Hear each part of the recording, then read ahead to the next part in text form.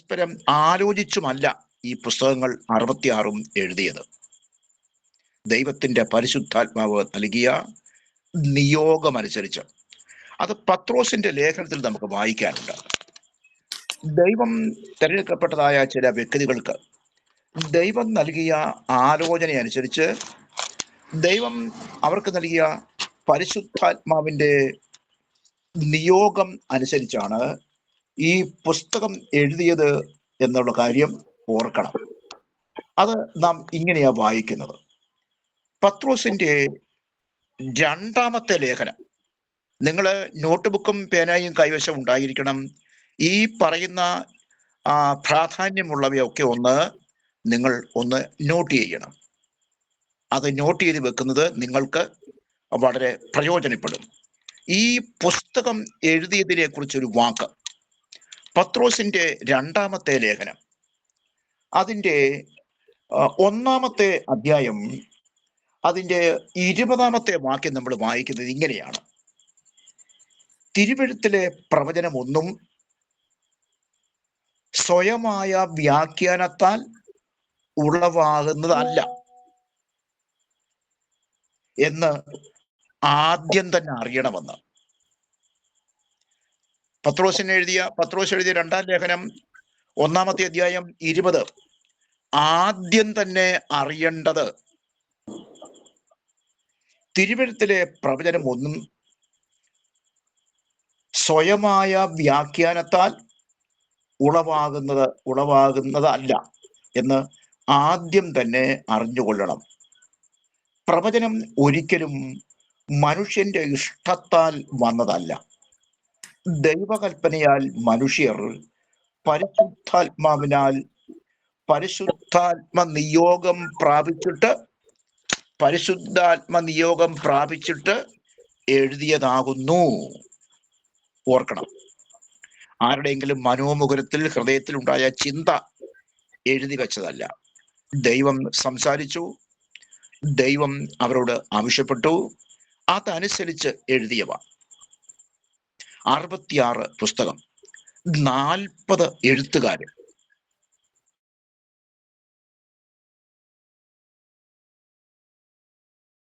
നിങ്ങൾക്ക് എന്തെങ്കിലും സംശയങ്ങൾ ഉണ്ടാകാം. അങ്ങനെ ഉണ്ടാകുന്ന പക്ഷം ഈ ക്ലാസ് 10:45 അല്ലെങ്കിൽ 11 മണിക്ക് ഇത് അവസാനിക്കും. അപ്പൊ അതിനു മുമ്പ് ഒരു 5 മിനിറ്റ് നിങ്ങൾക്ക് എന്തെങ്കിലും ഒരു സംശയം ഉണ്ടായാൽ അതിന്റെ നിവാരണത്തിന് വേണ്ടി ആ സമയം നിങ്ങൾക്ക് വിനിയോഗിക്കാം. നിങ്ങൾക്കുണ്ടാകുന്ന സംശയങ്ങൾ അത് എന്തുമാകട്ടെ, നിങ്ങൾക്ക് ധൈര്യമായി അതിന് സംശയ നിവാരണം വരുത്തണം എന്നുള്ള കാര്യം കൂടെ നിങ്ങളുടെ പൊതു അറിവിലേക്ക് ഞാൻ പറയുന്നു. അപ്പോൾ 40 എഴുത്തുകാർ, അതിൽ രാജാക്കന്മാരുണ്ട്, പ്രവാചകന്മാരുണ്ട്, മുക്കുവന്മാരുണ്ട്, കൃഷിക്കാരുണ്ട് എന്നിങ്ങനെ നാനാവിധ തുറയിലുള്ളവരാണ് കൊണ്ടാണ് ദൈവം ഈ പുസ്തകം എഴുതിച്ചത് എന്നുള്ള കാര്യം കൂടെ ഇവിടെ ഞാൻ വ്യക്തമാക്കട്ടെ. ബൈബിൾ 66 പുസ്തകം, 40 എഴുത്തുകാര്. അവർ തമ്മിൽ പരസ്പരം ആലോചിച്ചല്ല ഈ പുസ്തകം എഴുതിയത് എന്ന് ഞാൻ നിങ്ങളോട് പറഞ്ഞു. ആലോചിച്ചല്ല. നമുക്ക് ഇങ്ങനെ എഴുതിയാലോ, ഇങ്ങനെ എഴുതുന്നതുകൊണ്ട് എന്താ കുഴപ്പം എന്ന് പരസ്പരം ആലോചിച്ചില്ല. ഒരു ഭാഗം എഴുതിയിട്ട് അത് മായ്ച്ചു കളഞ്ഞിട്ട് പിന്നെ എഴുതിയത് അങ്ങനെയുമല്ല. ദൈവം പറഞ്ഞു കൊടുത്തിട്ട്. അപ്പൊ ഇങ്ങനെ പരസ്പരം ആലോചിക്കാതെ, പരസ്പരം ചിന്തിക്കാതെയും ആലോചിക്കാതെയും ഒക്കെ എഴുതിയിട്ടും ഈ പുസ്തകത്തിൽ പരസ്പര വിരുദ്ധമായിരിക്കുന്ന യാതൊരു തരത്തിലുള്ള പ്രസ്താവനകളും ഇതിലില്ല. പരസ്പര വിരുദ്ധമായവ ഇല്ല എന്നുള്ള കാര്യം ഞാൻ നിങ്ങളെ പ്രത്യേകം ഓർമ്മിപ്പിക്കുന്നു. ഒരു വ്യക്തി എഴുതിയ പ്രതീതിയാണ് നമുക്ക് ഈ പുസ്തകം വായിച്ചാൽ മനസ്സിലാകുന്നത്. ഉൽപ്പത്തി മുതൽ വെളിപ്പാട് വരെയുള്ള പുസ്തകം ഒറ്റയാള് എഴുതിയതുപോലെ നമുക്ക് തോന്നും.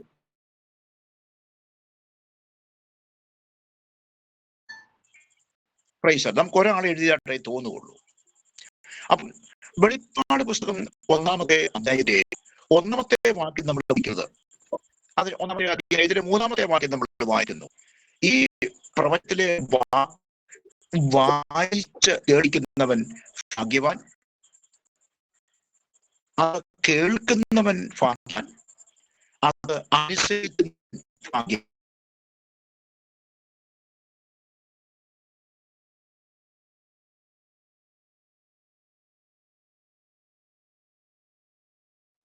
ണ്ടോ ഇത് വായിച്ചേൽപ്പിക്കുന്ന ഈ പുസ്തകമെന്നല്ല, ഈ പ്രവചനത്തിലെ എഴുതിയേക്കുന്ന വാക്ക്, ഓരോ വാക്കിനും അതിൻ്റെതായ പ്രാധാന്യം, അതിൻ്റെതായിരിക്കുന്ന പ്രത്യേകതയുണ്ട്. ഇതിലെ ഓരോ വാക്കും വായിച്ച് കേൾപ്പിക്കുന്നവൻ ഭാഗ്യവാൻ, കേൾക്കുന്നവൻ ഭാഗ്യവാൻ. 3, അത് ഇതാണ് ഈ പുസ്തകം നമുക്ക് നൽകുന്ന ഒരു ആനുകൂല്യവും അനുഗ്രഹവും.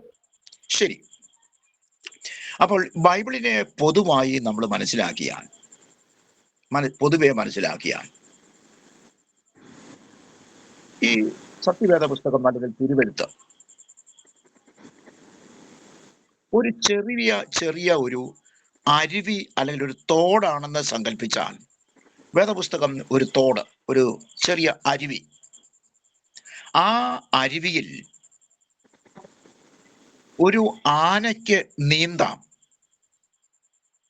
അതേസമയം ഒരു ആനയ്ക്ക് നീന്താം, ഒരു ആടിന് നടക്കുകയും ചെയ്യാം.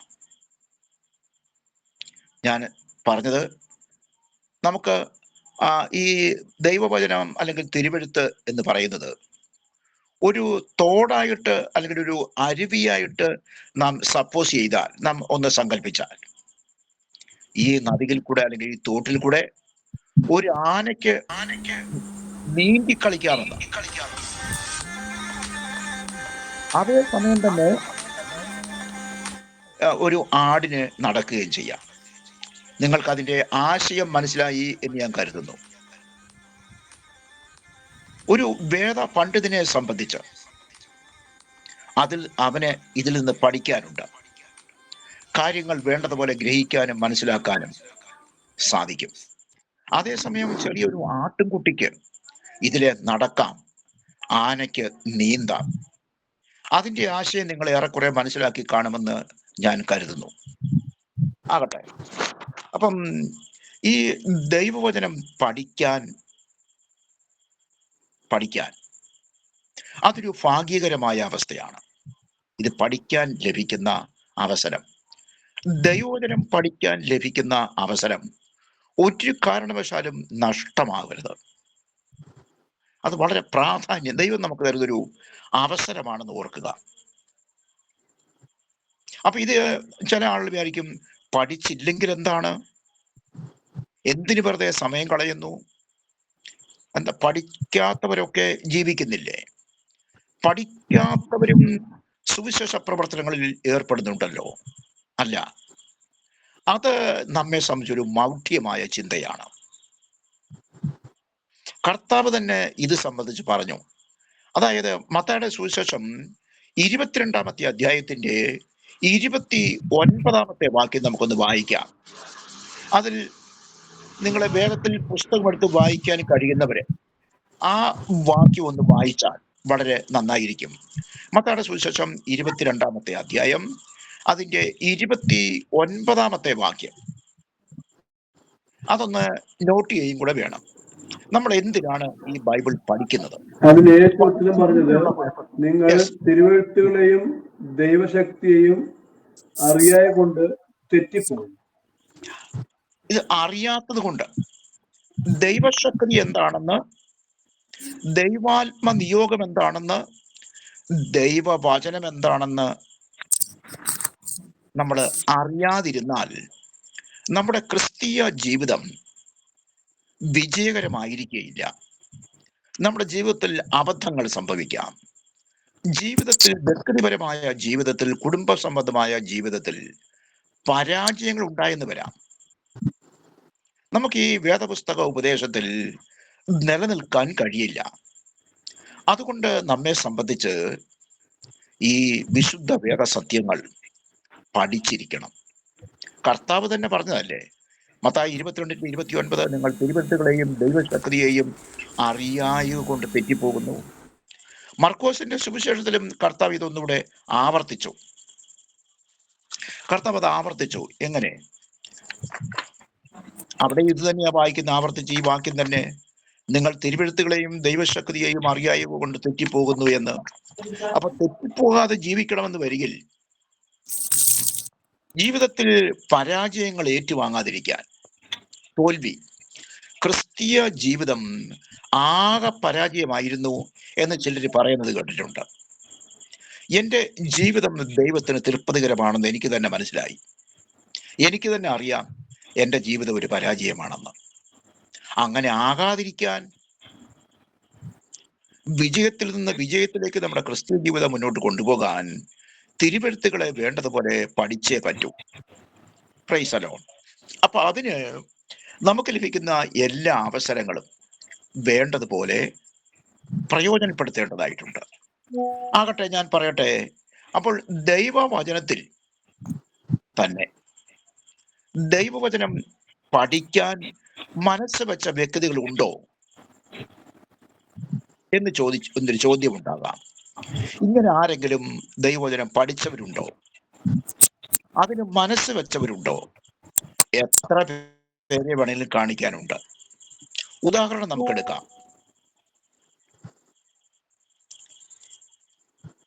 ലൂക്കോസിന്റെ സുവിശേഷം 10-ാമത്തെ അധ്യായം എടുക്കാം.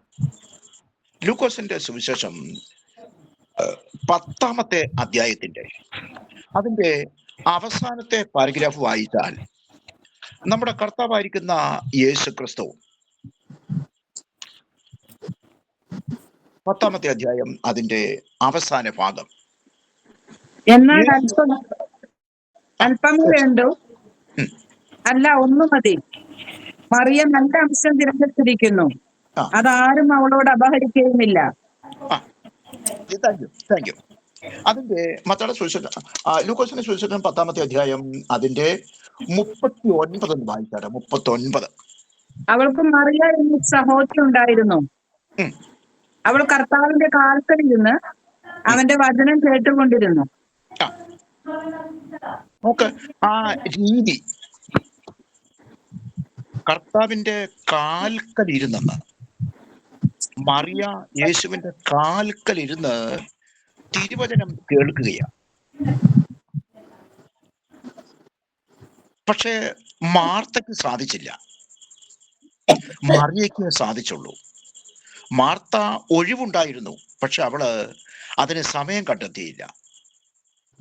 അവിടെ നമുക്ക് മറ്റൊരു കാര്യം മനസ്സിലാക്കാനുള്ളത്, മറിയ മാത്രമേ ഉള്ളൂ. ആ മറിയ മാത്രമേ ഇന്നുള്ളത് കൊണ്ട് നമുക്കിന്ന് ക്ലാസ് വേണ്ട. ഒറ്റയ്ക്കിരുത്തി പഠിക്കുന്നത് ഒരു ചന്തമില്ലല്ലോ എന്ന് ആരെങ്കിലും കരുതിയോ? ഒറ്റ യേശുവിന്റെ ക്ലാസ്സിന് സംബന്ധിച്ച വിദ്യാർത്ഥികളുടെ എണ്ണം എത്ര പേരായിരുന്നു? വെറും ഒറ്റ ഒരു സ്ത്രീ കർത്താവിന്റെ കാൽക്കലിരുന്ന് പഠിച്ചു. വേറെ ആർക്കും ഒഴിവില്ല, വേറെ ആരും മനസ്സ് വെച്ചില്ല. യേശു ഒറ്റ വ്യക്തിയെ ഇരുത്തി പഠിപ്പിച്ചത് കണ്ടോ? ഒറ്റ വ്യക്തിയെ ഇരുത്തി. അത്ര പ്രാധാന്യമുണ്ട് ദൈവവചനത്തിന്. ഇനി മേലിൽ ഈ മറിയയുടെ ജീവിത നിലപാട് നല്ല വ്യത്യാസം നമുക്ക് കാണാനുണ്ട്. അതോടൊന്ന് വിശദീകരിക്കാൻ എനിക്ക് സന്ദർഭം പോരാ. മറിയ, അവളുടെ ആങ്ങള മരിച്ചു. മാർത്തയെ ഓടിച്ചെന്നു യേശുവിനെ വിളിക്കാൻ. അതിൻ്റെ പിന്നാലെ മറിയ ഓടിച്ചെന്നു യേശുവിനെ വിളിക്കാൻ. മാർത്ത യേശുവിനെ കണ്ടപ്പോൾ അവൻ വീണില്ല. മാർത്ത യേശുവിനെ കണ്ടപ്പോൾ മറിയ ആകട്ടെ യേശുവിൻ്റെ കാൽക്കൽ വീണു. എന്തുകൊണ്ട് മാർത്ത വീണില്ല? എന്തുകൊണ്ട് മറിയ വീണു? മാർത്ത യേശുവിനെ വേണ്ടതുപോലെ മനസ്സിലാക്കിയില്ല. മറിയ യേശുവിനെ മനസ്സിലാക്കി, അവന്റെ മഹത്വം അറിഞ്ഞു. യേശുവിനെ കണ്ടപ്പോൾ മറിയയ്ക്ക് യേശുവിന്റെ കാൽക്കൽ വീഴാതിരിക്കാൻ സാധിക്കുന്നില്ല. മാത്രമല്ല, യേശു മറിയയുടെ കൂടെയാണ് വീട്ടിലേക്ക് വന്നത് എന്നുള്ള കാര്യം കൂടെ ഓർക്കണം. അത്രയ്ക്ക് മനോഹരമായ നിലയിൽ യേശുവിന്റെ കാൽക്കലിരുന്ന് വചനം പഠിച്ച മറിയയെ യേശു വാനോളം പുകഴ്ത്തുന്നത് കണ്ടോ? ഇതുപോലെ തന്നെ തത്തുല്യമായ ഒരു വേദഭാഗം നമുക്ക് ലൂക്കോസിന്റെ സുവിശേഷം തന്നെ 8-ാം അധ്യായത്തിൽ കാണാനുണ്ട്. ഗദരദേശത്തിലെ ഭൂതഗ്രസ്തൻ, അവനെ കാണുവാൻ, അവന് സൗഖ്യം കൊടുക്കാൻ യേശു വന്നു, ഗദരദേശത്തേക്ക് വന്നു. ഞാൻ അത് വിശദീകരിക്കാൻ നമുക്ക് അറിയാം. അവൻ വന്ന് അവന്റെ ദുരാത്മാവിനെ മാറ്റി, അവന്റെ പൈശാചിക സ്വാധീനത്തിൽ നിന്ന് അവനെ വിടുവിച്ചു. അവൻ സുബോധമുള്ളവനായി വസ്ത്രം ധരിച്ചു, യേശുവിന്റെ കാൽക്കലിരുന്ന് അവൻ വചനം കേൾക്കുക. നോക്കിക്കേ, അവൻ വചനം കേൾക്കുക. അപ്പൊ ഇങ്ങനെ ഈ രണ്ട് ഭാഗത്ത് ഒരു സ്ത്രീ യേശുവിന്റെ വചനം കേട്ടു, ഒരു പുരുഷൻ യേശുവിന്റെ കാൽക്കലിരുന്ന് വസ്ത്രം ധരിച്ച് സുബോധത്തോടെ വചനം കേട്ടു. ഈ രണ്ട് വ്യക്തികൾ രണ്ട് സമൂഹത്തിന്റെ പ്രതിനിധിയാണെന്ന് ഓർക്കണം. പുരുഷന്മാർക്കും കർത്താവിന്റെ വചനം കേൾക്കാം, സ്ത്രീകൾക്കും കേൾക്കാം. ഈ രണ്ടു കൂട്ടരും കർത്താവിന്റെ കാൽക്കലിരുന്ന് ദൈവവചനം പഠിക്കണം എന്നർത്ഥം. എന്നിട്ട് ഈ ദുരാത്മാവ് ബാധിച്ച് സൗഖ്യം ലഭിച്ച ഈ മനുഷ്യൻ, അവനെ കർത്താവിനെ അനുഗമിക്കാൻ അവൻ താല്പര്യപ്പെട്ടു. ശിഷ്ടമുള്ള കാലം യേശു പറഞ്ഞു, വേണ്ട, നീ പോയി നിന്റെ നാട്ടിലും നിന്റെ ദേശത്തും പോയി കർത്താവ് നിനക്ക് ചെയ്ത കാര്യങ്ങളൊക്കെ ഒന്ന് പ്രസ്താവിച്ചാട്ടെ എന്ന്. അവനെ ആ നാട്ടിലെ മിഷണറി ആക്കി മാറ്റി. നോക്കിക്കേ, അവനെ കർത്താവ് പ്രയോജനപ്പെടുത്താൻ വിട്ടത് കണ്ടോ? അപ്പൊ ഇങ്ങനെ കർത്താവിന്റെ കാൽക്കലിരുന്ന് പഠിക്കുന്നു. ദൈവത്തിന്റെ ദാസനായ ശൗൽ, അന്ന് മറുപേരുള്ള പൗലോസ്, കർത്താവിന്റെ ദാസനായ ഗമാലിയേലിന്റെ കാൽക്കലിരുന്ന് ന്യായപ്രമാണം പഠിച്ചു എന്ന് പൗലോസ് പ്രശംസിക്കുന്നത് കാണാനുണ്ട്. ന്യായപ്രമാണം ശരിയാവണ്ണം നേരാവണ്ണം പഠിച്ച ആളാണ് പൗലോസ്. ഗമാലിയേലിന്റെ കാൽക്കലിരുന്ന് പഠിച്ചു എന്ന്. Price alone. ഈ 33-ാമത്തെ അധ്യായം എടുത്താൽ, ആവർത്തന പുസ്തകം 33-ാമത്തെ അധ്യായം, അതിൻ്റെ 3-ാമത്തെ വാക്യം നമ്മൾ വായിച്ചാൽ, അവിടെ ദൈവത്തിന്റെ ദാസനായ മോശ എഴുതുന്നു, അവർ കർത്താവിന്റെ കാൽക്കലിരുന്ന് തിരുവെഴുത്തുകളെ പ്രാപിച്ചു. കർത്താവിന്റെ കാൽക്കലിരുന്നെന്ന്. പഴയ നിയമത്തിലും ഈ സമ്പ്രദായമുണ്ട്, പുതിയ നിയമത്തിലുമുണ്ട്. കർത്താവിന്റെ കാൽക്കലിരുന്ന് തിരുവെഴുത്തുകളെ പഠിച്ചു എന്നാണ് നമുക്ക് ആവർത്തന പുസ്തകം 33-ാമത്തെ അധ്യായത്തിന്റെ 3-ാമത്തെ വാക്യത്തിൽ വായിക്കാനുള്ളത്. പ്രിയപ്പെട്ടവരെ, ഇന്ന് ഈ വേദപഠനത്തിന് വേണ്ടി തയ്യാറായി വന്ന നിങ്ങൾക്ക് ഞാൻ പ്രത്യേകം നിങ്ങളെ പ്രശംസിക്കുന്നു. അതിൽ നിങ്ങൾ മനസ്സ് വച്ചതിൽ, അതിന് സമയം കണ്ടെത്തിയതിൽ, ഇതൊരു ഭാഗ്യകരമായ അവസ്ഥയായിട്ട് നിങ്ങൾക്ക് കാണാൻ സാധിച്ചതിൽ ഞങ്ങൾ അങ്ങേയറ്റം നിങ്ങളെ ബഹുമാനിക്കുന്നു. വരുന്ന ദിവസങ്ങളിലും ഈ ക്ലാസ്സുകൾക്ക് മുടക്കം വരാതെ തന്നെ ദൈവവചനം പഠിക്കാനും കാര്യങ്ങളെ ഗ്രഹിക്കാനും അന്നന്ന് പഠിക്കുന്ന വാക്കുകളും വേദഭാഗങ്ങളും അതാത് നിലയിൽ അന്നന്ന് തന്നെ മനസ്സിലാക്കി ഹൃദയസ്ഥമാക്കാൻ നിങ്ങൾ മനസ്സ് വെക്കുമല്ലോ. ശരി. അപ്പൊ ദൈവവചനത്തിന്റെ ചില പ്രത്യേകത നിങ്ങളോട് പറയാൻ എനിക്ക് താല്പര്യമുണ്ട്. ദൈവവചനത്തിന്റെ ചില പ്രത്യേകതകൾ ചുരുക്കിയ വാക്കുകളിൽ അത് പറഞ്ഞ് ഞാൻ ഇന്നത്തെ ക്ലാസ് ഇവിടെ അവസാനിപ്പിക്കാം. നമുക്ക് ഞാൻ പറഞ്ഞല്ലോ 66 പുസ്തകം, അതിൽ ഒരു ഭാഗമാണ് സങ്കീർത്തനം. 150 സങ്കീർത്തനം.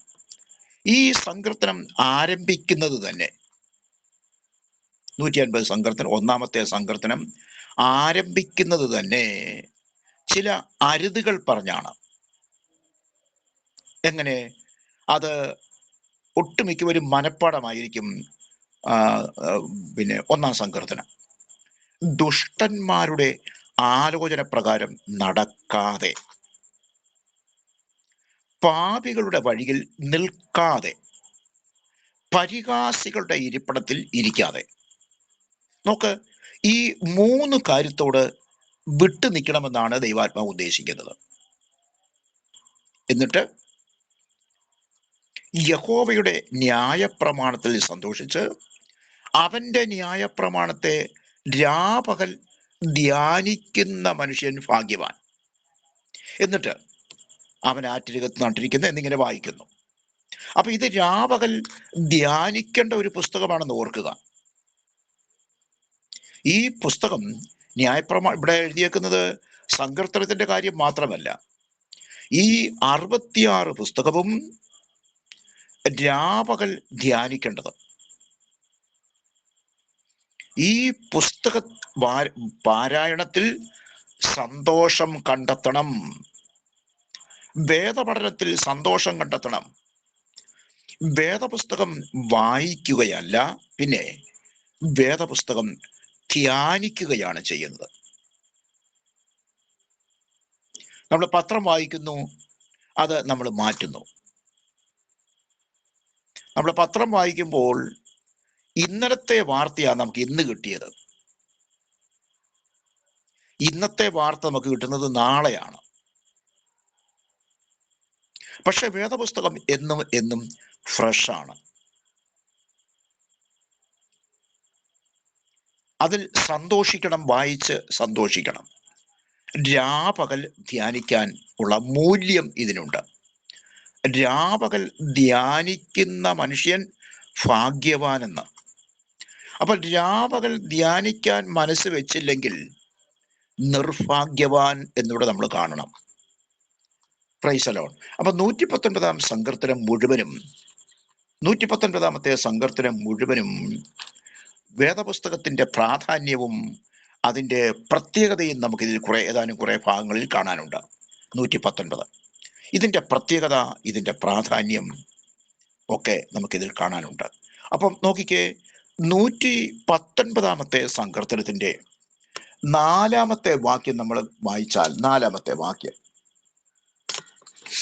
അത് നമുക്കൊന്ന് വായിക്കാം. പെട്ടെന്ന് വായിക്കാൻ സാധിക്കുന്നവരെ ഒന്ന് വായിച്ചാട്ടെ. 119:4. നിന്റെ പ്രമാണങ്ങളെ കൃത്യമായി ആചരിക്കേണ്ടതിന് നീ അവയെ കൽപ്പിച്ചു തന്നിരിക്കുന്നു. അപ്പൊ ഈ തന്നിരിക്കുന്ന ഈ പ്രമാണം എങ്ങനെ ആചരിക്കണമെന്ന് വേദപുസ്തക ഉപദേശം മുഴുവനും തന്നെ കൃത്യമായി ആചരിക്കണം, അതുപോലെ അനുസരിക്കണം. ഏതെങ്കിലും ഭാഗത്തിന് വ്യതിയാനം വരുത്തരുത്, മാറ്റം വരുത്തരുത്. ഇന്ന ഉപദേശങ്ങൾ എനിക്ക് അത്ര താല്പര്യം തോന്നുന്നില്ല, ഇന്ന ഉപദേശങ്ങൾ എനിക്ക് അത്ര ഒരു സ്വീകാര്യമായി തോന്നുന്നില്ല, അങ്ങനെ പറയരുത് എന്നർത്ഥം. കൃത്യമായി ആചരിക്കേണ്ടതിന് നീ എനിക്ക് അവയെ കൽപ്പിച്ച് തന്നിരിക്കുന്നെന്ന്. എനിക്ക് കൽപ്പിച്ച് ദൈവം തന്നിരിക്കുക ഈ വചനങ്ങളൊക്കെ. എന്തിന്? കൃത്യമായി ആചരിച്ചോണം, കൃത്യമായി അനുസരിക്കണം, കൃത്യമായി ഈ വേദസത്യങ്ങളെ നാം അനുഗമിക്കണം. അതിന്റെ 11-ാമത്തെ വാക്യം നമുക്ക് വായിക്കാം. 11, 119 അതിന്റെ 11. ഞാൻ നിന്നോട് പാപം ചെയ്യാതിരിക്കേണ്ടതിന് നിന്റെ വചനത്തെ ഹൃദയത്തിൽ സംഗ്രഹിക്കുന്നു. അപ്പം പാപം ചെയ്യാതിരിക്കാൻ എന്ത് ചെയ്യണം? എന്ത് ചെയ്താൽ പാപം ചെയ്യത്തില്ല. അപ്പോൾ ഈ ദൈവത്തിൻ്റെ പ്രമാണത്തെ ഞാൻ എൻ്റെ ഹൃദയത്തിൽ സംഗ്രഹിക്കുന്നു, കീപ്പ് ചെയ്യുന്നു. എന്തിനാണെന്നറിയാമോ? പാപം ചെയ്യാതിരിക്കാൻ, പാപത്തിൽ നിന്ന് വിട്ടുനിൽക്കാൻ, പാപത്തിൽ നിന്ന് മാറി നിൽക്കാൻ, പാപം നമ്മിൽ പ്രവേശിക്കാതിരിക്കാൻ. അതിന് യഹോവേ, നിന്റെ ന്യായപ്രമാണത്തെ ഞാൻ എൻ്റെ ഹൃദയത്തിൽ സംഗ്രഹിക്കുന്നു, നിന്നോട് പാപം ചെയ്യാതിരിക്കേണ്ടതിന്. അതിന് ദൈവവചനം കൂടാതെ മറ്റെന്തെങ്കിലും ചെയ്താൽ മതിയോ പാപം ചെയ്യാതിരിക്കാൻ? ദൈവവചനത്തിന് അതിൻ്റെതായ സ്വാധീനമുണ്ടെന്ന് അറിയണം, അതിൻ്റെതായിരിക്കുന്ന മൂല്യമുണ്ട്. അല്ല, പാപം ചെയ്യാതിരിക്കേണ്ടതിന് കുറെ സമയം പ്രാർത്ഥിക്കാം, അത് മതിയോ? പോരാ. നേർച്ച കാഴ്ചകൾ അർപ്പിച്ചാൽ മതിയോ? അതും പോരാ. ഏതെങ്കിലും വഴിപാട് അർപ്പിച്ചാൽ മതിയോ? പോരാ. അതിന് ദൈവത്തിൻ്റെ പ്രമാണം തന്നെ നമ്മുടെ ഹൃദയത്തിൽ സംഗ്രഹിച്ചാൽ മാത്രമേ ദൈവത്തോട് പാപം ചെയ്യാതെ നമ്മുടെ ജീവിതം തന്നെ വിശുദ്ധമായി സൂക്ഷിക്കാൻ നമുക്ക് സാധിക്കൂ എന്ന് ഉള്ള സത്യം കൂടെ നാം ഈ തരുണത്തിൽ ഓർത്ത് ഇരിക്കണം. Praise the Lord. ദൈവവചനത്തിൻ്റെ പ്രത്യേകതയാണിത്. അതേസമയം തന്നെ അതിൻ്റെ 72 വാക്യം വായിച്ചാൽ, 72 119 സങ്കീർത്തനം അതിൻ്റെ 72 വാക്യം നമ്മൾ വായിക്കുന്നത്, 1000 പൊൻവെള്ളി നാണയത്തേക്കാൾ നിന്റെ വായിൽ നിന്നുള്ള ന്യായപ്രമാണം എനിക്ക് ഉത്തമം. അപ്പോൾ 1000 പൊൻവെള്ളി നാണയങ്ങൾ, പൊന്നുകൊണ്ടും വെള്ളി കൊണ്ടുള്ള നാണയങ്ങൾ നമുക്ക് വെച്ച് നീട്ടുന്നു. അതിനേക്കാൾ ഞാൻ ഇഷ്ടപ്പെടുന്നത്, അതിനേക്കാൾ എനിക്ക് കൂടുതൽ പ്രിയമായത്, അതിനെ വെട്ടിത്തിളങ്ങുന്ന നാണയം, സ്വർണ്ണ നാണയം, തിളക്കമുള്ള നാണയത്തിൻ്റെ കിലുക്കം, അതിൻ്റെ തിളക്കവും കിലുക്കവും, അതിനേക്കാൾ ഞാൻ ഇഷ്ടപ്പെടുന്നത് ദൈവത്തിൻ്റെ നീതിയുള്ള വചനം എന്ന് നമ്മൾ ഓർക്കണം. അതിനേക്കാൾ ഞാൻ ഇഷ്ടപ്പെടുന്നു. സ്വർണ്ണ നാണയം അത് കയ്യിൽ നിന്ന് പോകും, വെള്ളി നാണയം കയ്യിൽ നിന്ന് പോകാം, പക്ഷെ ദൈവത്തിൻ്റെ വചനം കയ്യിൽ നിന്ന് പോകരുത്. അതിൻ്റെ തന്നെ 89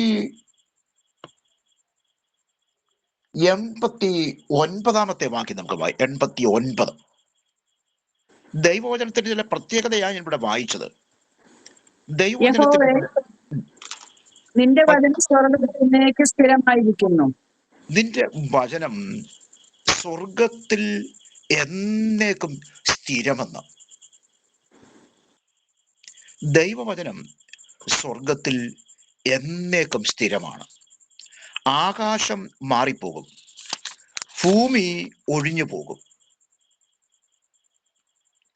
ഈ നമ്മൾ കാണുന്ന ആകാശം എന്നും കാണത്തില്ല കേട്ടോ. സൂര്യൻ, ചന്ദ്രൻ, നക്ഷത്രം എന്നും കാണില്ല. ഈ ഭൂമി എന്നും കാണുമോ? ഇല്ല. നമ്മുടെ കാലിന്റെ കീഴിൽ നിന്ന് ഭൂമി പോകും. പക്ഷേ ദൈവവചനത്തിന് മാറ്റമില്ല. ഇവിടെ ദൈവവചനത്തിന് ചിലരൊക്കെ വ്യത്യാസം വരുത്തുന്നു, അതിന് മാറ്റം വരുത്തുന്നു, ഭേദഗതികൾ ഉണ്ടാക്കുന്നു. പക്ഷേ ഭേദഗതികളൊക്കെ ഉണ്ടാക്കിയാലും സ്വർഗത്തിൽ ഇതിൻ്റെ ട്രൂ കോപ്പിയുണ്ട്. അതിൽ കയറി മാറ്റം വരുത്താൻ ആർക്കും സാധിക്കില്ല. അതിലൊരു മാറ്റം വരുത്താനോ അതിന് ഭേദഗതി ഉണ്ടാക്കാനോ ഒരു മനുഷ്യനും സാധിക്കത്തില്ല. Price the Lord. അതാണ് ഈ വേദപുസ്തകത്തിന്റെ ഒരു പ്രത്യേക താല്പര്യം. 127 വാക്യം വായിക്കാം. 127 വാക്യം. അതുകൊണ്ട് ആ നിന്റെ കൽപ്പനകൾ എനിക്ക് പൊന്നിലും തങ്കത്തിലും അധികം പ്രിയമാകുന്നു. എനിക്ക് പ്രിയം. നമ്മുടെ എന്തിനോടാ പ്രിയം കാണിക്കുന്നത്? സ്വർണത്തോടാണോ, വെള്ളിയോടാണോ, അതിൻ്റെ കിലുക്കം, അതിൻ്റെ തിളക്കം? അല്ല, മാറ്റിവെക്കാം. അതിനേക്കാൾ എനിക്കിഷ്ടം ദൈവവചനമാണെന്ന് നമുക്ക് അങ്ങനൊരു ഒരു ഒരു ചിന്ത നമ്മുടെ മനസ്സിലുണ്ടാകട്ടെ. അങ്ങനൊരു ചിന്ത, ഞാൻ അതിനേക്കാൾ ദൈവവചനം ഇഷ്ടപ്പെടുന്നു. അത് സംബന്ധിച്ച് ഒരു ഭാഗം കൂടെ ഞാൻ വായിച്ച് ഈ ഭാഗം ഇവിടെ ഞാൻ നിർത്താം. അതിൻ്റെ 196 വാക്യം, 195, 165, സോറി, 165. നിന്റെ നിന്റെ ന്യായപ്രമാണത്തോട് പ്രിയമുള്ളവർക്ക് മഹാസമാധാനമുണ്ട്. ആ, അവർക്ക് വീഴ്ചയ്ക്ക് സംഗതി ഏതുമില്ല. അവർക്ക് വീഴ്ചയ്ക്ക് സംഗതിയില്ലെന്ന്. അല്ലാത്തവരൊക്കെ വീണു പോകും. നിന്റെ ന്യായപ്രമാണത്തോട് പ്രിയമുള്ളവർക്ക് എന്തുണ്ടെന്നാ നിങ്ങൾക്കൊന്ന് പറയാമോ? നിന്റെ ന്യായപ്രമാണത്തോട് പ്രിയമുള്ളവർക്ക് മഹാസമാധാനം. വെറും സമാധാനമല്ല കേട്ടോ, മഹാസമാധാനം. പ്രിയപ്പെട്ടവരെ, ഇന്ന് വരെ നമ്മെ സമാധാനത്തോടെ നിർത്തിയത് എന്താണ്? ആർക്കാ വാസ്തവത്തിൽ ഈ ഭൂമിയിൽ സമാധാനം?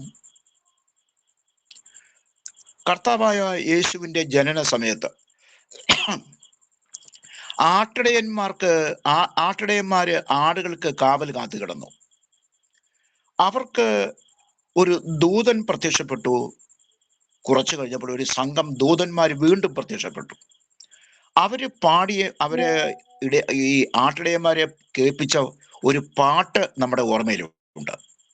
അവരെ പാടി കേൾപ്പിച്ചത് എന്താണെന്നറിയാമോ?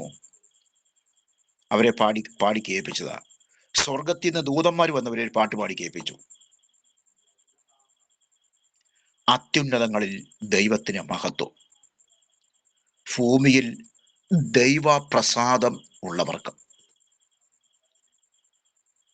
ഭൂമിയിൽ ദൈവപ്രസാദമുള്ളവർക്ക്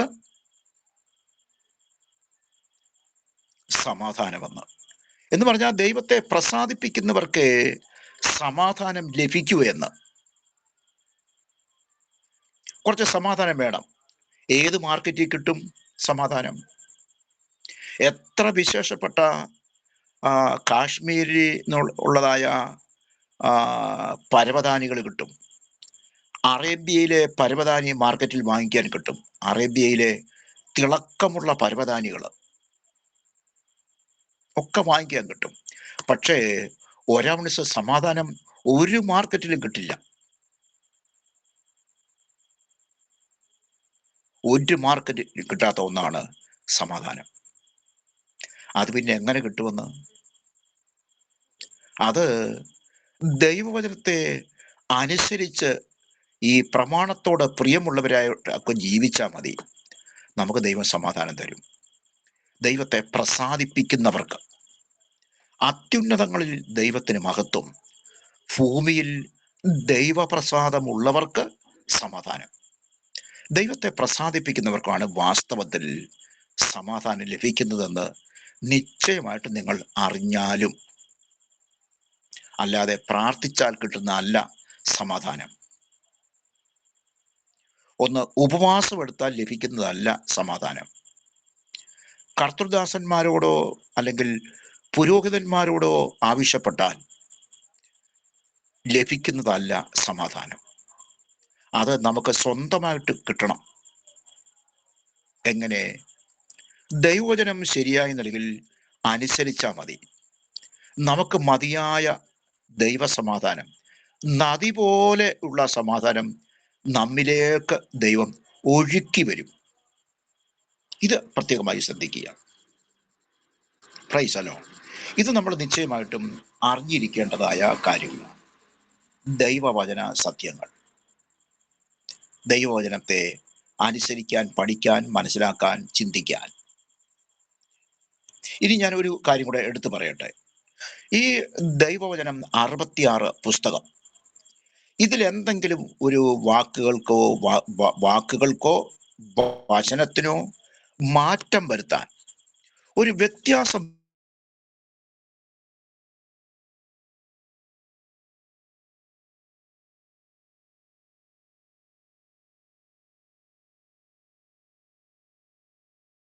വരുത്താൻ ദൈവം പുസ്തകം 4-ാം അധ്യായത്തിൽ പ്രത്യേകമായ ഒരു നിർദ്ദേശം ലഭിച്ചിട്ടുണ്ട്. ഈ പുസ്തകത്തിലെ യാതൊരു മാറ്റമോ ഏതെങ്കിലും ഒരു കാര്യങ്ങൾക്ക് മാറ്റം വരുത്തരുതെന്ന്, തിരുത്തൽ വരുത്തരുതെന്ന്, മറ്റെന്തെങ്കിലും കൂടെ എഴുതി ചേർക്കരുതെന്ന് പ്രത്യേകം നമുക്ക് നിർദ്ദേശം ലഭിച്ചിട്ടുണ്ട്. 4-ാമത്തെ അധ്യായം അതിന്റെ 2 വായിച്ചു. ഞാൻ നിങ്ങളോട് കൽപ്പിക്കുന്ന നിങ്ങളുടെ ദൈവമായ യഹോവയുടെ കൽപ്പനകളെ നിങ്ങൾ പ്രമാണിക്കണം. ആ. ഞാൻ നിങ്ങളോട് കൽപ്പിക്കുന്ന വചനത്തോട് കൂട്ടുകയോ അതിൽ നിന്ന് കുറയ്ക്കുകയോ ചെയ്യരുത്. ഇതിനോട് കൂട്ടരുത്, കുറയ്ക്കരുത്, വെട്ടി ചുരുക്കരുത്, ഒരു ഭേദഗതി വരുത്തരുത്. 4-ാം അധ്യായം 2-ാമത്തെ വാക്യം, ആവർത്തന പുസ്തകം 4:2. ഒരു കാരണവശാലും മാറ്റരുതെന്ന്. അത് മാറ്റിയാൽ നമ്മളെ ജീവന്റെ അവകാശത്തിൽ നിന്ന് മാറ്റുമെന്നൊരു മുന്നറിയിപ്പും കൂടെ നമുക്ക് തരുന്നുണ്ട്. അതിനോട് കൂട്ടരുത്, കുറയ്ക്കരുത്. ഇത് പ്രത്യേകം ദൈവം എഴുതി ചേർത്തിരിക്കുന്ന ഒരു നിർദ്ദേശം തന്നെയാണ്. 13-ാമത്തെ അധ്യായത്തിന്റെ 1-ാമത്തെ വാക്യം കൂടെ നമുക്കൊന്ന് വായിക്കാം. 13-ാമത്തെ അധ്യായം. ഞാൻ നിങ്ങളോട് ആജ്ഞാപിക്കുന്നതൊക്കെയും പ്രമാണിച്ചു നടപ്പിൻ. ആ. അതിനോട് കൂട്ടരുത്, അതിൽ നിന്ന് കുറയ്ക്കുകയും അരുത്. നോക്ക്, ഇവിടെ ആവർത്തിച്ച് പറയുന്നു, ഇതിനോട് കൂട്ടരുത്, ഇതിൽ നിന്ന് കുറയ്ക്കരുത്. വേദപുസ്തകത്തിന്റെ ഒരു പ്രത്യേകതയായത്, ആരും ഇതിൽ കൈവെക്കണ്ട, ആരും ഇതിൽ വ്യത്യാസം വരുത്താൻ നോക്കരുത്. നമുക്ക് ഇഷ്ടമില്ലാത്ത ചില വാക്കുകൾ കണ്ടേക്കാം, അങ്ങനെ കിടന്നോട്ടെ. പക്ഷെ അതിന് ഭേദഗതി വരുത്തുകയോ അതിന് മാറ്റം വരുത്തുകയോ ചെയ്യരുതെന്ന് പ്രത്യേകം നിർദ്ദേശം. ഇതുപോലെ തന്നെ അവസാനത്തെ പുസ്തകം, വെളിപ്പാട് പുസ്തകം, അവസാനത്തെ പുസ്തകം, അതിൻ്റെ 22-ാമത്തെ വാക്യം വായിച്ചാൽ പ്രത്യേകം നിർദ്ദേശം, ഇതിൽ മാറ്റരുതെന്ന്. ആ ഭാഗം കൂടെ നമുക്കൊന്ന് വായിക്കാം. 22-ാമത്തെ അധ്യായം. 22-ാമത്തെ അധ്യായം അതിൻ്റെ എത്ര? 18-ാമത്തെ വാക്യം. 18. മതിലിന്റെ പണി സൂര്യകാന്തവും. അതാണോ? അല്ല. 18.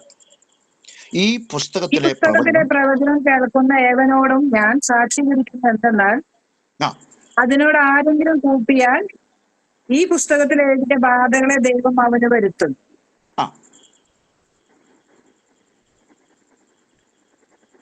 അടുത്ത വാക്ക് 19.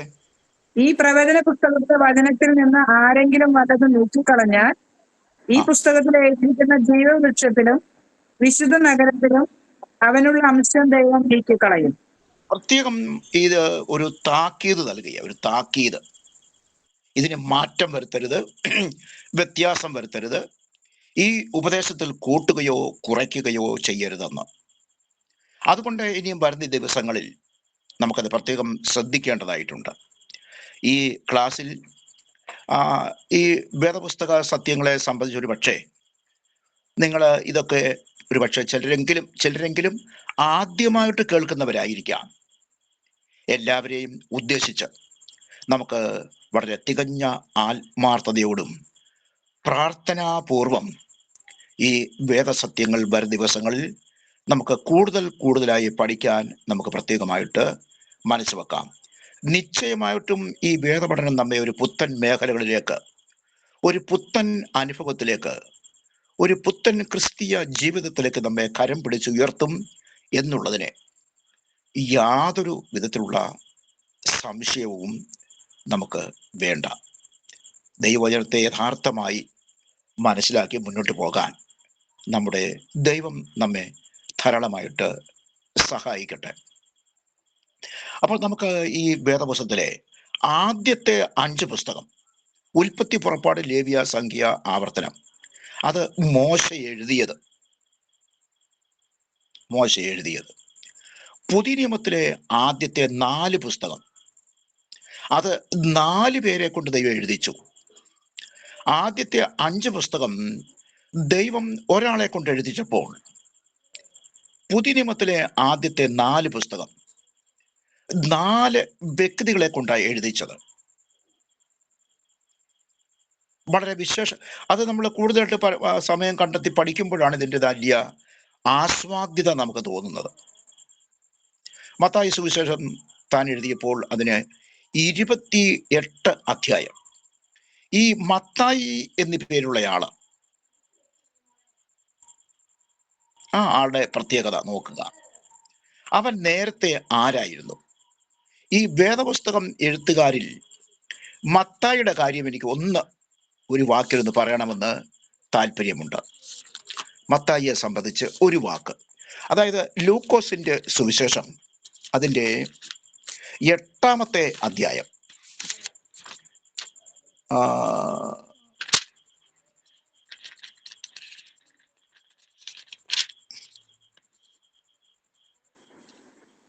ലൂക്കോസിന്റെ സുവിശേഷം അതിൻ്റെ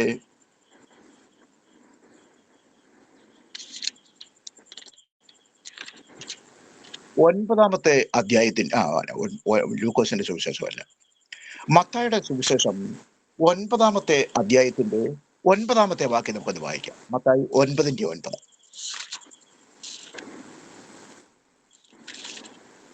യേശു അവിടെ നിന്ന് പോകുമ്പോൾ മത്തായി എന്ന് പേരുള്ള ഒരു മനുഷ്യൻ ചുങ്കസ്ഥലത്ത് ഇരിക്കുന്നത് കണ്ടു.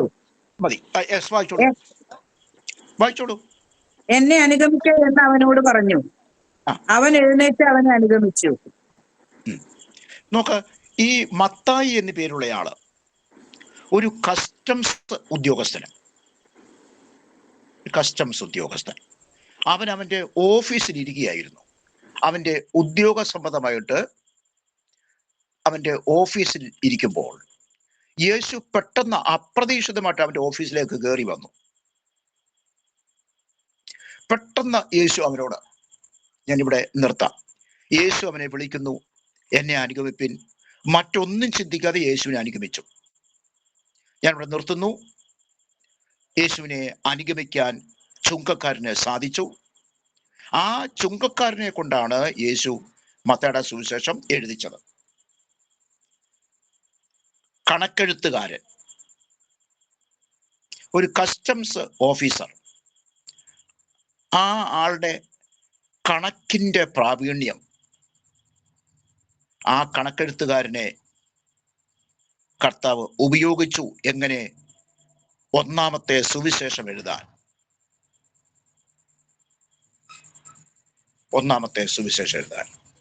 അവനോട് പറഞ്ഞില്ല, നിന്നെ ഞാൻ ഈ സുവിശേഷം എഴുതാൻ ഉദ്ദേശിക്കുകയാണെന്ന്. കേവലം എന്നെ അനുഗമിക്കുക എന്നേ പറഞ്ഞുള്ളൂ. അവൻ അനുഗമിച്ചു. പിന്നത്തേതിൽ യേശുവിന്റെ ക്രൂശ് മരണവും ഉയർപ്പും കഴിഞ്ഞപ്പോൾ പെന്തക്കോസ്തിന് ശേഷം ദൈവത്തിന്റെ പരിശുദ്ധാത്മാവിനെ അവനെ ഈ സുവിശേഷം എഴുതാനായിട്ട് പ്രയോജനപ്പെടുത്തി. ഈ സുവിശേഷം എഴുതാൻ ഇങ്ങനെയാണ് ദൈവം വ്യക്തികളെ വ്യത്യാസപ്പെടുത്തുന്നതും അവരെ മറ്റ് നിലകളിൽ കർത്താവ് പ്രയോജനപ്പെടുത്തുകയും ചെയ്യുന്നത്. ഞാൻ ഈ വാക്കിവിടെ നിർത്തുന്നു. ദൈവം നമ്മെ എല്ലാവരെയും അനുഗ്രഹിക്കട്ടെ. ഇന്ന് ഈ ദൈവവചനം കേട്ടവരിൽ ആർക്കെങ്കിലും ഇത് സംബന്ധിച്ച് അല്ലെങ്കിൽ മറ്റേതെങ്കിലും വേദപുസ്തക സംബന്ധമായിട്ടുള്ള ഏതെങ്കിലും ഒരു ചോദ്യം, ഒരു സംശയം ഉണ്ടെങ്കിൽ നിങ്ങൾക്കത് ചോദിക്കാൻ ഇപ്പോൾ ഒരു അവസരമുണ്ട്. അത് പെട്ടെന്ന് പരിമിതമായ സമയത്തിനുള്ളിൽ നിങ്ങൾക്ക് ചോദിക്കാം. പരിമിതമായ സമയത്തിനുള്ളിൽ തന്നെ നമുക്കിത് നിങ്ങളുടെ സംശയ നിവാരണം വരുത്താൻ എൻ്റെ അറിയുന്ന പോലെ ഒരു നിവാരണം പറയുകയും ചെയ്യാം. അല്ലാത്ത പക്ഷം ഇപ്പോൾ ഷാജു ഇതിനെ ഇവിടെ ഉപസംഹാരം നടത്തി പ്രാർത്ഥിച്ച് നമുക്ക് ഈ ക്ലാസ് ഇവിടെ അവസാനിപ്പിക്കാം. അപ്പൊ ഞാൻ വീണ്ടും ഒരിക്കൽ കൂടെ ചോദിക്കുന്നു, നിങ്ങളുടെ എന്തെങ്കിലും സംശയങ്ങൾ വരും ദിവസങ്ങളിൽ നമുക്കിത് സംബന്ധിച്ച് വീണ്ടും മുന്നോട്ട് വിഷയങ്ങൾ പഠിക്കാം. ദൈവം എല്ലാവരെയും സഹായിക്കട്ടെ. ആർക്കും ഒരു സംശയത്തിന്റെ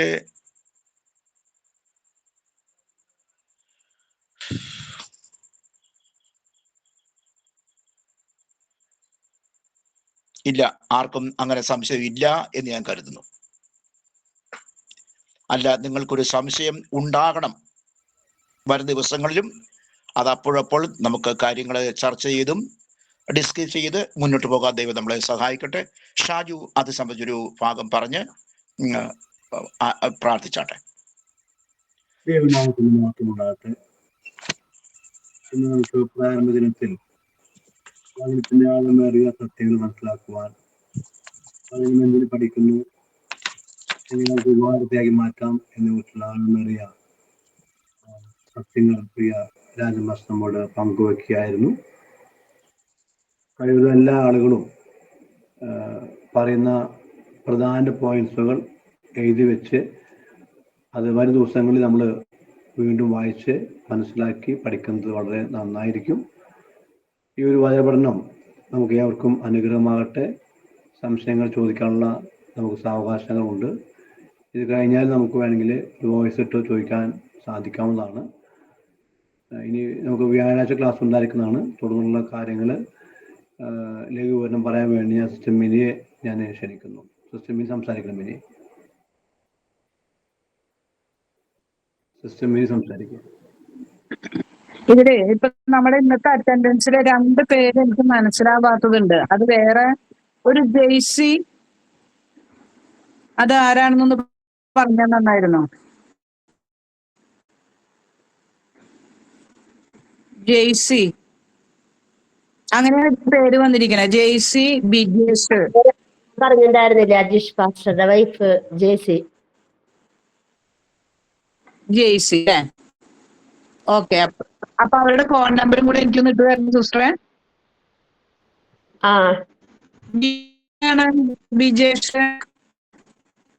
ബിജേഷ് നമ്മുടെ ഈ പ്രോഗ്രാം നമ്മളെ യൂട്യൂബിൽ ലോഡ് കാണാൻ കൂടെ. നമ്മുടെ പ്രോഗ്രാം നമുക്ക് ഭാവിയിൽ യൂട്യൂബിൽ ലഭിക്കാൻ വേണ്ടി നമ്മൾ പ്രവർത്തിക്കുന്ന നമ്മുടെ സഹോദരനാണ് ബിജേഷ് പറ. അദ്ദേഹം പാലക്കാരൻ. അദ്ദേഹം നമ്മുടെ എല്ലാ ക്ലാസ്സുകളും കമ്പ്യൂട്ടറിലൂടെ അദ്ദേഹം ലോഡ് ചെയ്ത് നമുക്ക് വരും സമയങ്ങളിൽ യൂട്യൂബിൽ നമുക്ക് ഈ ക്ലാസ് നമുക്ക് ലഭിക്കും. ഓക്കെ. അപ്പൊ ഇന്നത്തെ ക്ലാസ് എല്ലാവർക്കും അനുഗ്രഹമായിരുന്നു വിശ്വസിക്കുന്നു. മൊത്തം ടീച്ചേഴ്സ് അടക്കം നമ്മൾക്ക് 21 പേര് കയറിയിട്ടുണ്ടായിരുന്നു. വളരെ സന്തോഷമുണ്ട്. കയറാന്ന് പറഞ്ഞ പലരും കയറിയിട്ടില്ല. കാരണം എന്താണെന്ന് അറിയില്ല. വരും ദിവസങ്ങളിൽ നമുക്ക് എല്ലാവർക്കും അറ്റൻഡ് ചെയ്യണം. സമയം ഞാൻ പറഞ്ഞതുപോലെ തന്നെ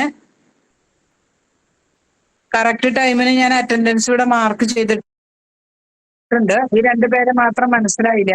അവിടെ പേര് എഴുതാത്തതുകൊണ്ട് അത് അറ്റൻഡൻസ് മാർക്ക് ചെയ്യാൻ പറ്റിയില്ല. ക്ലാസ് നല്ല അനുഗ്രഹമായ ക്ലാസ് ആയിരുന്നു. എല്ലാവർക്കും വ്യക്തമായി മനസ്സിലാക്കത്തക്ക രീതിയിൽ തന്നെ ക്ലാസ് എടുത്തു. അതുകൊണ്ടായിരിക്കാം ആർക്കും ഡൗട്ട് ഉണ്ടാവാതിരുന്നത്. Thank you pastor. God bless you. Raj brother പ്രാർത്ഥിക്കല്ലേ? പ്രകാശ് മാഷ് പ്രാർത്ഥിക്കേ.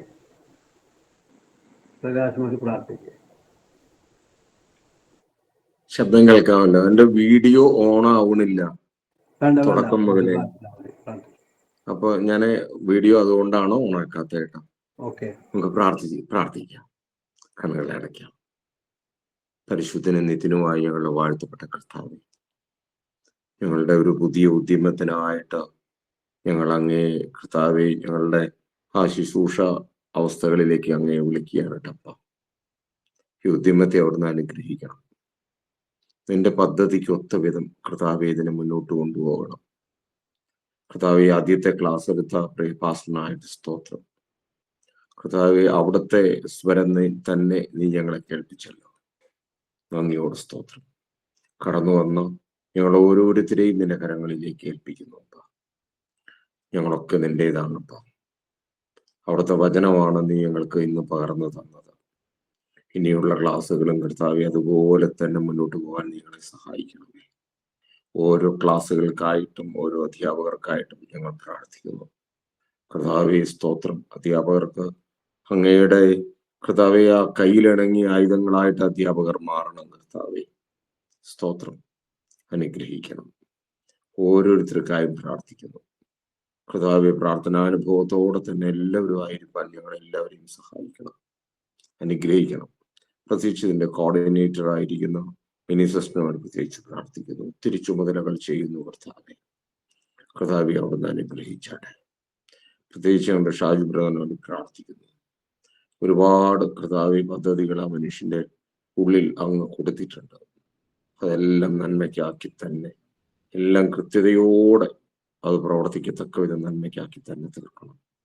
കർത്താവിന് സ്തോത്രം. നേതൃത്വം കൊടുക്കുന്ന സകല അധ്യാപകരെയും സമർപ്പിക്കുന്നു കർത്താവെ. ഹല്ലേലൂയ. നിന്റെ ജ്ഞാനം പകർന്നു കൊടുക്കണമേ, അനുഗ്രഹിച്ചാട്ടെ. അടുത്ത ക്ലാസ്സിലും മുടക്കം കൂടാതെ ഞങ്ങൾക്ക് ഓരോരുത്തർക്കും അറ്റൻഡ് ചെയ്യുവാൻ അനുകൂലമായ അന്തരീക്ഷം തരണമേ. ഞങ്ങളുടെ ക്ലാസ് ടൈം, ഞങ്ങളുടെ കാലാവസ്ഥയെ പോലും അവിടുന്ന് നിയന്ത്രിക്കണമേ. കർത്താവെ പ്രതികൂലങ്ങളൊന്നുമില്ലാത്ത, നെറ്റിന് ഒരു പ്രോബ്ലവും ഇല്ലാതെ ഇന്നത്തെ ക്ലാസ് മുന്നോട്ട് പോയി. ഇതുപോലെ അടുത്ത ദിവസങ്ങളിലും നെറ്റ് പ്രോബ്ലംസ് ഒന്നും കൂടാതെ ക്ലാസ് മുന്നോട്ട് പോകാൻ നീ സഹായിക്കണമേ.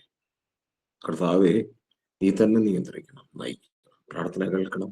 മശീഹ നാമത്തിൽ ആമേൻ.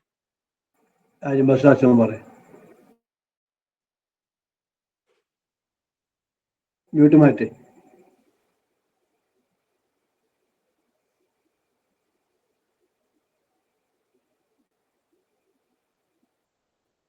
മ്യൂട്ട് മാറ്റി. കേൾക്കുന്നില്ല. Price the Lord. ഓക്കെ.